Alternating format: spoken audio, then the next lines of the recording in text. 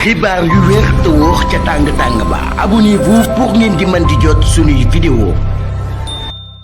dal leen ak jàmm seen chaîne bi di Buzz 221 HD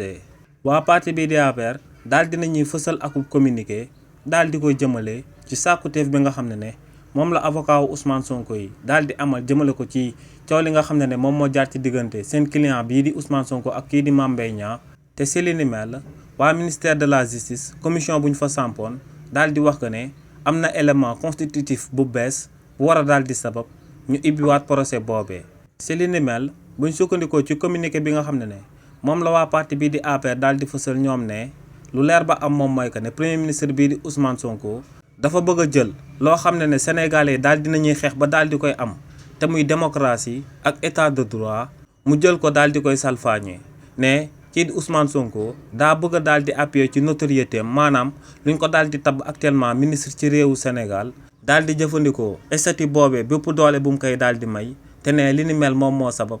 kii di Ousmane Sonko daal di sàkku ci ministère de la justice ngir ñu daal di ibbiwaat coow lu jaar ci diggante moom ak kii di Mame Mbaye Niang te ne li ni mel moom moo sabab ñooñee hésité wuñ ko benn yoon ndax ne Ousmane Sonko moom mooy ki leen daal di yilif ñoom nee nag lu ñuy daal di sàkku ci waa Cour suprême te ay magistrat daal di fay nekk te ñooñee yore seen propre pouvoir te muy pouvoir judiciaire di pouvoir bu indépendant waa APR ne lu ñuy daal di sàkku ci magistrat yooyee moom mooy ñu bañ a daal di subir benn pression bi nga xam ne dina daal di jóge ci premier ministre bii di Ousmane Sonko ne lu leer ba am moom mooy que ne Ousmane Sonko lu ko tax a jóg moom mooy daal di salfaañe yoon te ñoom ne ngir mu daal di amal li ni mel faa mu mettre la pression menacer jaxase képp ku nekk ci yoonam donc ñoom ne waa Cour suprême nañ daal di dëgërlu ndax kii di Ousmane Sonko mun ci ñoom dara. xibaar yu wér te wóor ca tàng ba abonnez-vous pour ngeen di mën di jot suñuy vidéo.